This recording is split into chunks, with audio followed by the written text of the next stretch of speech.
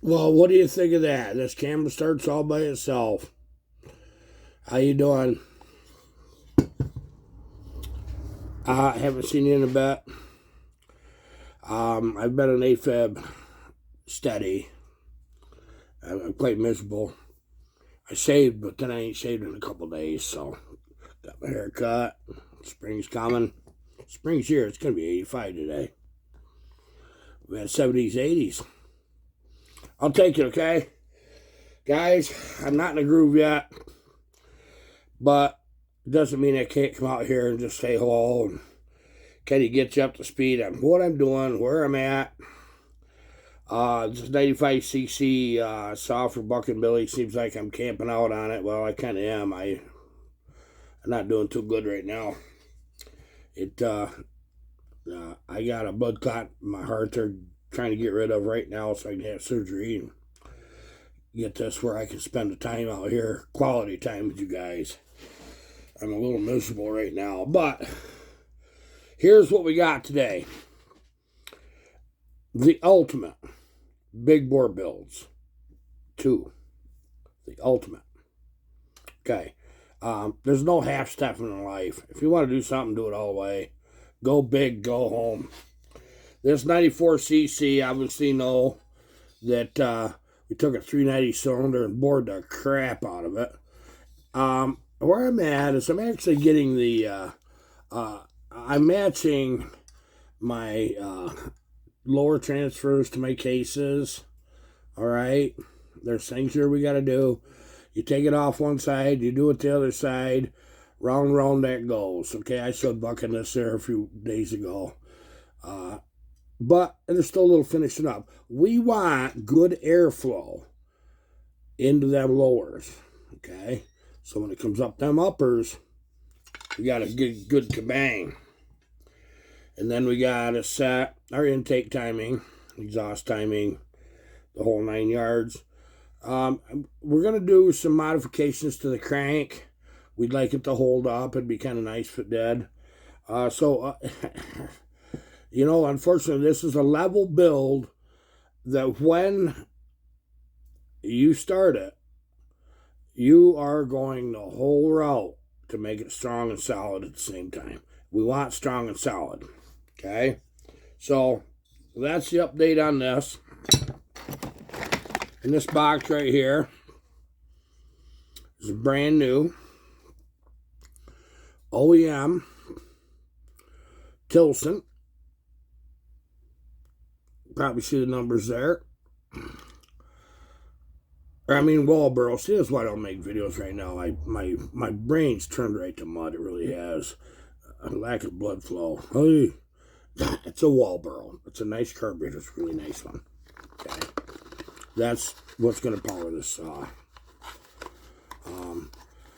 I don't trust myself a lot of days to go out here and work on this stuff. And I'm not working on it today. But it's such an exciting building. At least come out here and look. Okay. What I want to cover now. The other ultimate big bore. That's a stroker. See this motor sitting over here? That is the top end that we ended up with. So Colin could go drag racing with a big block Chevy. What that's sitting on is a motor of mine I've had for a while. It's an LS6 4x4. It's a pretty significant motor. They were 450 horsepower out of the box. Rated, let's call it that. Call it what it is. Okay, I've got everything for this motor. And what our plan was, because the bottom end of that is such nice shape. We've had that, you can tell it's got a couple different colors. We've used it in a couple different things. It's serious. It's not playing. But we wanted to go with the aluminum heads and stuff in Colin's drag truck, a 70s short box step side 2-wheel drive. That's what we're building. We've got really nice stuff. That's a Brodex intake that's on now. Excellent heads. But it's stuff we had. It's a 1050 Holley Dominator, 4500 series carb. So it's no joke. But just like every freaking time, you start out just trying to build a simple chainsaw. Next thing you know, you're going to 95 cc's with them. And you're doing all this crazy madman stuff that's so freaking fun, you know. Yeah, same thing happened with his drag motor. Okay, just letting you know that. Now, what's interesting, I think for you guys, is you guys mostly know me because of the chainsaws. And some of you realize I do dirt bikes, stuff like that. The two-stroke stuff started with dirt bikes. Of course, I went to the chainsaws and snowmobiles and all that's round.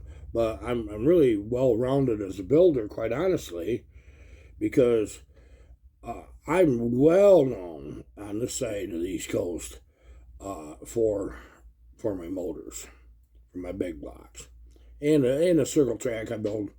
I don't anymore, but I used to build an awful lot of small block 70s for local tracks.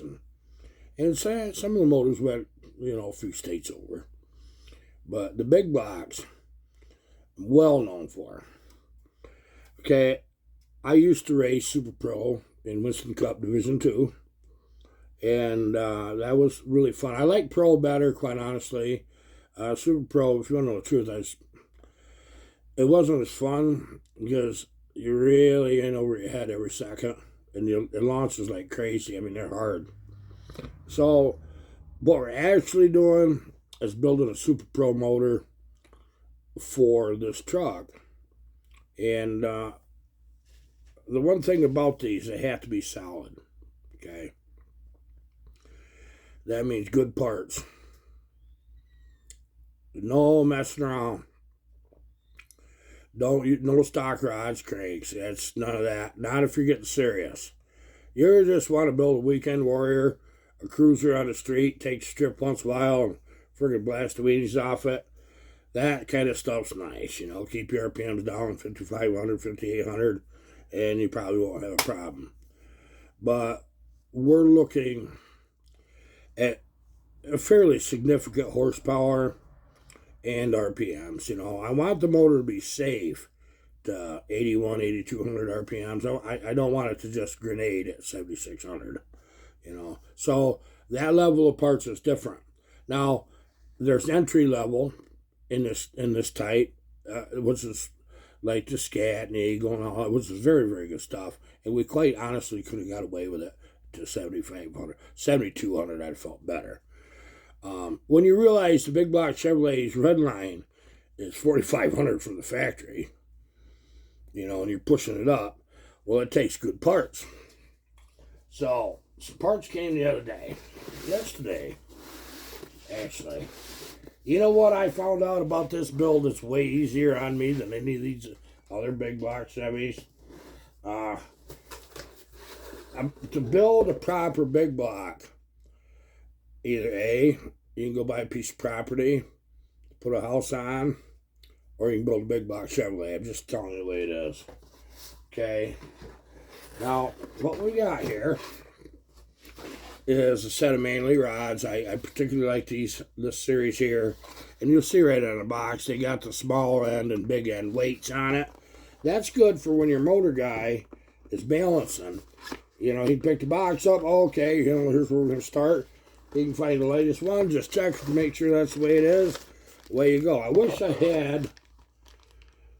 I don't have a stock rod out of one right now, but you guys, I'm sure, have seen them. And this is pretty good stuff here. H-beam. What makes it an H-beam is it's not an I, it's an H. This is a true H-beam. If you can see what I'm saying. Now, there's different. Now, these are bushed, okay? Floating pins, just like chainsaws, okay? Yeah, that's the way we're going with this one. And it's really nice because, now you've seen me drill holes in these darn chainsaws in weird spots to get oil better places and stuff. Where do you think I learned all that? Not from one spot. you'll notice that oil, you know, is going to follow up that groove. See that oil hole? Not one, but two, okay, to oil the big end of that rod. These are, the strength on this particular rod is absolutely incredible. Just incredible. This will sustain 1,100 horse at 8,000 RPMs. Not just peak, it'll hold it. Okay, that's the kind of rod you want for this kind of stuff. Now, let me just get a box open here, and I'm going to show you the pistons. Okay. Now, these are a JE piston, SRP series. They're made of I believe it's 2018 high silicone aluminum, and they're forged, okay? They're forged. And this is not going to be a street motor. So if you notice, we have a fairly significant dome. That's the intake valve pocket. It's already cut. And this is the exhaust valve. Okay. But the quality is, goodness sakes, when you get rid of some of that shine, huh? Quality is very, very nice. Okay. Now, yes, this stuff relates to chainsaws too, okay? The thought process that I use, this stuff makes it relevant in chainsaws. When you're used to working with this stuff, which I am, chainsaws get real simple, okay? I just want you to know that, because you see things. You see interesting things. Here's one. Now, those of you that used to race way back, put it around with stuff, you remember you used to have an oil hole here in the bottom of this pin, right? See that oil hole right in there? You know where that comes from? That oil hole right there. See that? That oil hole is picked up from the ring from that hole. Okay? Excuse me. So that oils that wrist pin.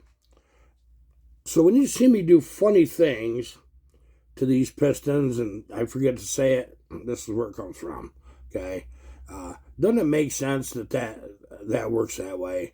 Now we have a problem here. Okay? You remember I was talking about long rods? I'm starting to wake up, ain't I?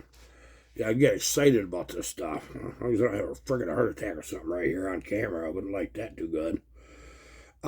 You've heard me talk about long rods, altering the strokes, and the effect you have on piston speeds.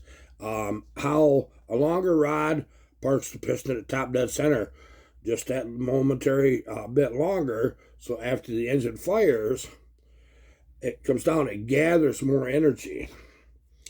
This is a real long rod, okay? This is 6.385 inches. That's considerable longer. Not only that, but right behind me, which I'll show it to you, is a Callie's crank with a 1/4 inch longer stroke. So we're going stroker motor. That's what it is. It's a stroker motor. Big bore, stroker motor. We're going to 4 3/10 bore, which is 60 over.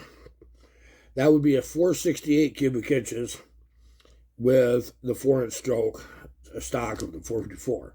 Well, I wanted to be able to keep the motor a little bit toned down for drivability for Colin. He's never done this before. At the same time, keep the power level up. Okay, so yeah, I know that dome piston is really freaking taking the horsepower away, ain't it? Yeah, I know where this all headed. I told Colin all we need is 600 horse. Stop right there, go foot brake racing, and have a ball. Sorry. I could have done it with this motor if we wouldn't have pulled the heads. Of course, we'd had to detune it because I was all over that. Okay, now, with this long of a rod, with a longer stroke, you keep moving everything above that bore. Now, this is 9.8-inch deck height motor, which means it's the factory car engine deck height. They use the 427 truck box in these drag motors, race motors. You can on the street too, for this same combination. And what they do is put the stroker crank in it, 4¼ inch.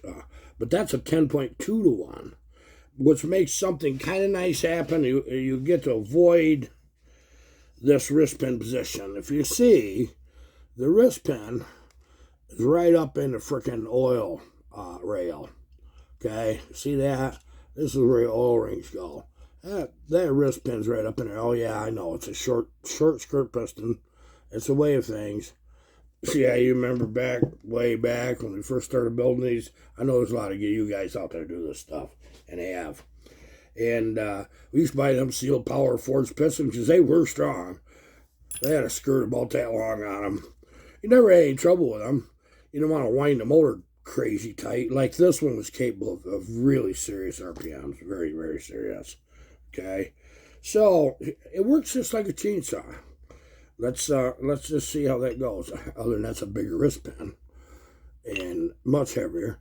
That wrist pin weighs more than a piston and a wrist pin and a chainsaw. I'm not going to worry about orienting this on the rod right. So if anybody picks up, oh, you turned that the wrong way, and put it on, take it right back off. I'm just merely showing you how this works. Okay. Now, that's a floating pin then. Dome piston, long rod. I'm not going to say bulletproof, but that's just about as good as you get with our kind of budget. You can get even stronger stuff.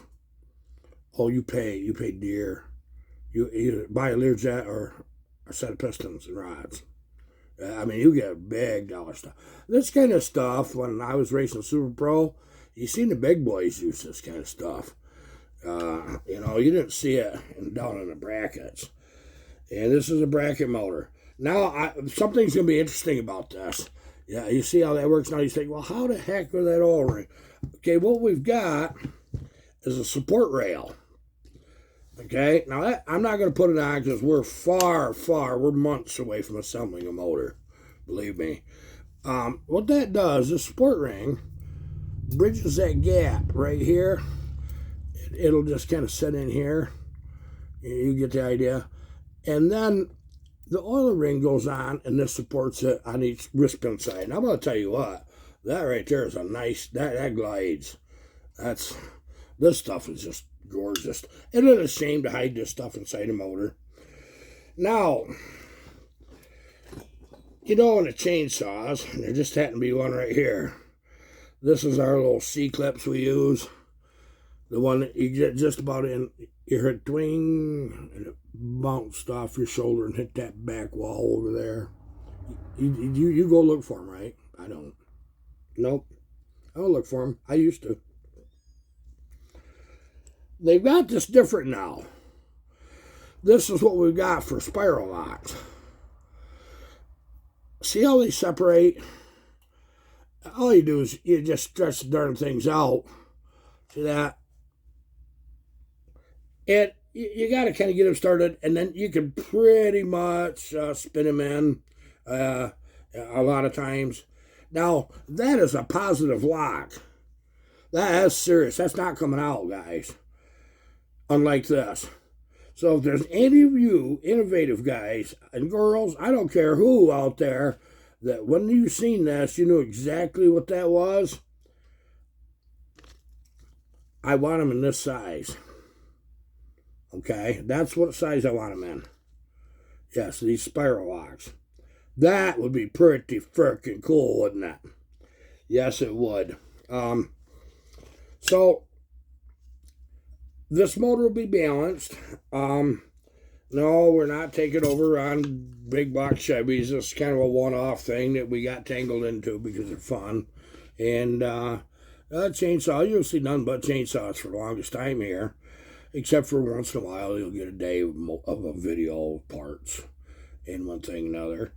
And at the machine shop time is extensive on this type of build. I mean, you have to notch your block and everything for your rods to clear where they swing on the crank. They don't clear in these stock blocks. Like the dirt blocks and stuff are kind of nice. They clear. And 496 inch. That's nothing crazy, believe me. Not when you can look at going way over 632 inches, for crepe's sakes. And I've heard it even bigger, but not with that block. I enjoy these builds. As we progress, and there's things that relate to chainsaws, like these little oil holes I'm showing you, and things like that, and these little locks that I don't know where are, but I want them for a chainsaw. So help me, guys. To be a good builder in any one area, you need to be saturated for education from many different fields of engines, okay? Because you'll find out there's a crossover. Just like that. Who would have thought a crossover from a big block Chevy build to a freaking big bore Husky 372 build? Who would have thought that? That's pretty freaking nuts, ain't it? Okay, I'm gonna get this stuff put away very carefully, and let's move on and look at our crank.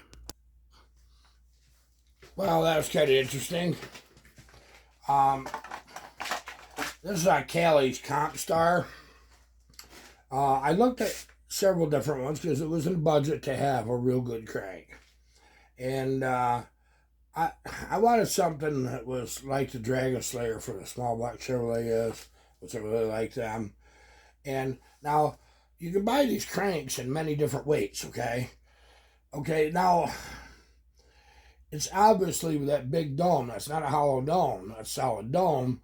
And them rods got a lot of meat on them. They're fairly heavy. So the stupidest thing you can do is buy a really expensive lightweight crankshaft, throw a set of heavy rods and pistons on, because then you have to have the crank bored for what they call Mallory metal. What it is, it's very heavy metal. They have to add weight to it. That is very expensive to do. Isn't it better to just buy a brutally strong crank like this? See, this is incredibly strong. And then a bore in the end of the counterweights to get balanced. So remove a little metal. That's what they'll do. Now, let me see here. I think Colin might open this. So, I didn't look at it yet. What? A surfboard? I got a surfboard. Oh boy. I'm not sure I can pick the motor up. But I want to. This crank's about 70 pounds.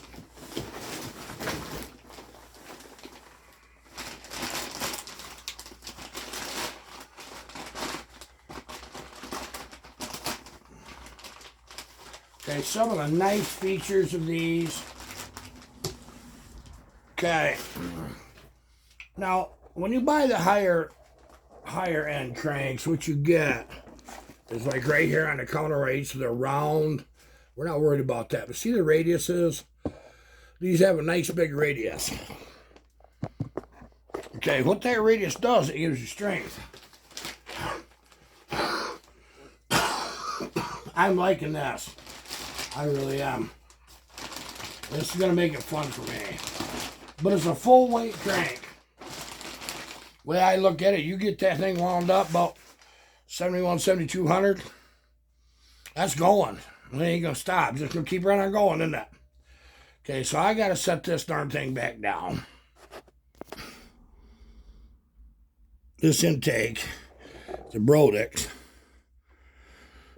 This is the high velocity. And that's what the big end of the Holley Dominator looks like. It's pretty cool stuff, really, you know. Especially when you know a man's hand, you know the size of a man's hand is. They'll deliver a lot of fuel. They really will. Now, this 496 obviously has nothing to do with being a street motor. Forget it. This is a full bag. So I'm keeping it simple, though, guys. I can go really exotic with this. We're going to be racing against people with nitrous, turbos, stuff like that. And 8th mile, we're going 8th mile, guys. So let's see if we can find a field we can pick off, put back on the trailers running nitrous or turbos. Make it kind of fun, wouldn't it? You see everything. You do. I love drag racing. It's whatever you can dream up. It's what you can build. Just like these power saws. Whatever you can dream up. Okay, now this is an internally balanced engine. This is an external balanced. If that was rolled over, and I'm not going to grab it and roll it over, I can't take the pressure right now. And I would show you, they have what it is on the flywheel and on the harmonic balancer, you'll see a flat plate about that wide that's outside counterweights for balance. And this one is all internal balanced. We're running, just because there's trouble if you don't, very high quality harmonic balancer up front. It's got to be SFI approved.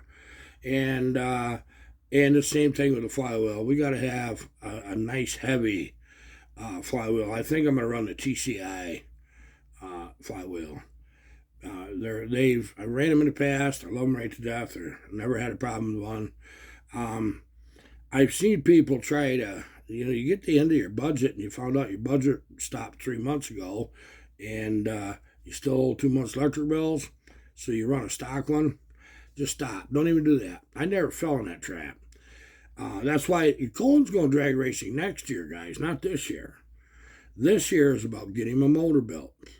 Once the motor's built, we have to have a transmission. We're going to run a power glide with a 2-speed power glide with a trans brake. And it'll have a 2-step. But I don't think we're going to use a box. I don't think we're going to use a delay box. Just run trans brake. But he's going to foot brake this for a while.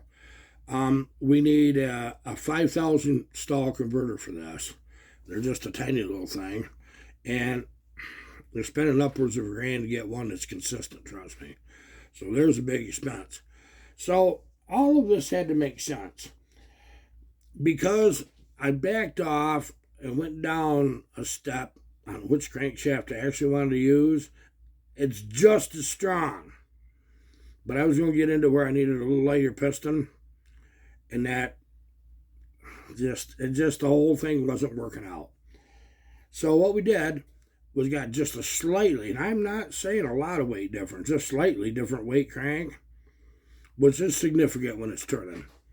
And let us put a lot nicer piston and rod in it than what we could have ordered. I would have run that rod right here. This is just telling you that. They're strong. They're really strong. If there's any of you out there that's drag racing right now, I'm a good builder. I'm not current. I'm going to tell you straight out, I am getting a crash course in these on what the new parts are. And boy, am I finding out this is the time. If you ever want to build one, this time to do it. Technology is right there. We had to make a lot of stuff or figure things out. It's all done for you. It's at your fingertips. I'd be interested in the comments of knowing what you're racing and what kind of setup I should run. We're not getting crazy with the camshaft at first. It looks like we're going to run a Lunati solid lifter cam, 630 lift. It's got decent duration though. I mean, that roller cam versus solid lifter cam, I ain't sold yet. I really ain't. Because solid lifter cams can be bad enough on valve train. But with what we were going to get, and that guy told me, you're going to run this many passes and change your valve springs. What? You mean I can't go all year? You run them the same valve springs all year. Yeah, if you started slowing down at the other end, you knew to change the valve springs. That's what was doing it. I didn't want to go on a terminal meltdown in the pocketbook for a friggin' $800 set of valve springs every few months. That wouldn't be fun for me. That's not bracket racing. We're not trying to go out there and kill him. Oh, this is the fun part. He's buying all this stuff. I'm not. However, there's a hamburger pan over there, and here's the old school Milodon, not just the pan, but the whole damn setup inside it right here. I'm donating all that to him so he can go have fun. And I'm not sure I want to drive these darn things anymore. Yeah, right. You ain't keeping me out of that with a stick. I'll fight you off. I'm running it. I will. It's going to have the Iron Horse on it. YouTube. Yeah, I'm going to run it. It's Collins. You know, this is one of the things I'm afraid of, is you remember when Dad bought your first train set in the late 60s? And it took freaking 4 hours for you could play with it. No, I got to fix it. Oh, yeah, this is what could happen, couldn't it? Yeah, I'm not going to do that to him. I'll give it a couple shakedown runs, make sure things are safe, let Colin right along, show him a few things about what you're looking for and what you're doing. We're getting him on the video games, practicing hitting a pro tree, because when you go back to a bracket tree, if you're hitting pro tree, reaction is reaction. You can start killing it off a foot brake. Same thing with trans brake racing. Same thing. That's my experience. Guys, thank you so much for stopping in. I think surgery for me is about May 25th. So I'm just going to best I can, just coast till then. Oh, by the way, we're selling our horses and mules. They're going tomorrow at 8:30. I'm going to miss them. Yeah, they're my friends, you know. But I got to have a reality check, don't I? I'm not a kid anymore. Oh, yes, I am. Right in here. From here down, I'm not. I'm an old man. In here? Oh, that's stupid. How many of you share the same problem that's over 60 years old? You're still 17 upstairs.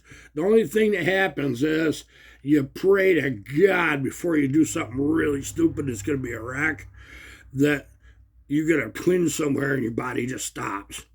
Yeah, that's the only protection I got. Thank you. Goodbye.